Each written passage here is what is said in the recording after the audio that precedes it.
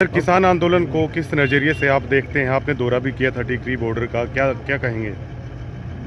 बड़े दुर्भाग्य की बात है कि देश का किसान एक बड़े शांतिप्रिय तरीके से केंद्र सरकार के पास अपनी बात रखने के लिए आया है और मगर उसकी अभी कोई सुनवाई नहीं की जा रही। जी। बड़े संविधान के दायरे में, लोकतंत्र के दायरे में ये किसान आए, मगर इनको बीच में रोकने के लिए हरियाणा सरकार ने जिस तरीके से तो हथकंडे अपनाए, उससे हरियाणा ने साबित कर दिया, हरियाणा सरकार ने, कि ये किसान विरोधी सरकार है और किसान विरोध में ये सरकार देश में नंबर 1 है। हरियाणा की सरकार, बीजेपी और जेजेपी। जब किसान और कुर्सी को में से एक को चुनने की बात आई तो सरकार के दोनों मुख्यमंत्री उप मुख्यमंत्री कुर्सी के जा चिपटे और किसान को ठोकर मारने का काम किया है।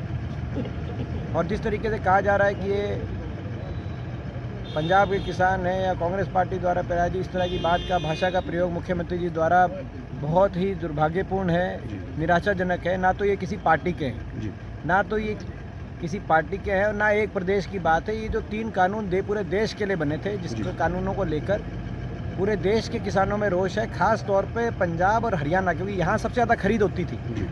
सबसे ज़्यादा खरीद ये वो प्रदेश थे जिन्होंने देश का पेट भरने का काम किया और ग्रीन रेवोल्यूशन में, हरित क्रांति में सबसे अग्रणी भूमिका निभाई।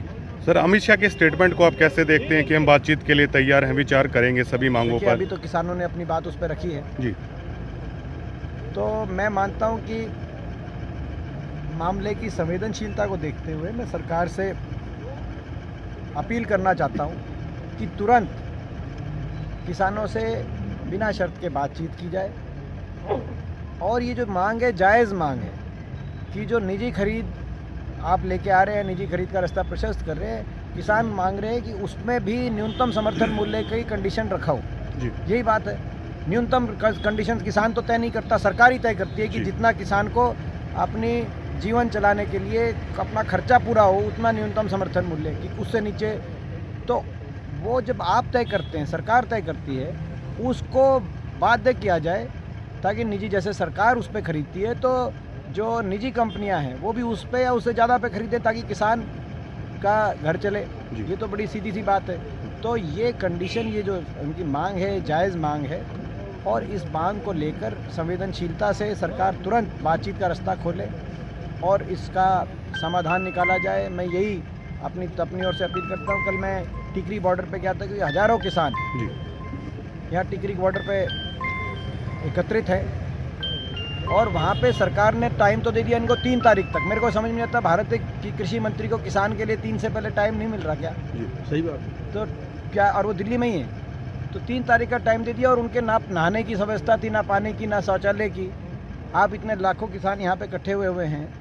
तो मैंने कल अपील करी बहादुरगढ़ वासियों से, वहाँ पर मैंने नगर पालिका के माध्यम से उनके शौचालय का, उनके पानी का, पीने के पानी का, उनका सबका इंतजाम, कि मैंने वहाँ पे कहा कि लोगों से कहा कि भाई आप आगे आएँ, किसानों के लिए इंतजाम करें, जो अपना जो आवश्यक वस्तु हैं उनका सामने आ रहा है इस मामले में।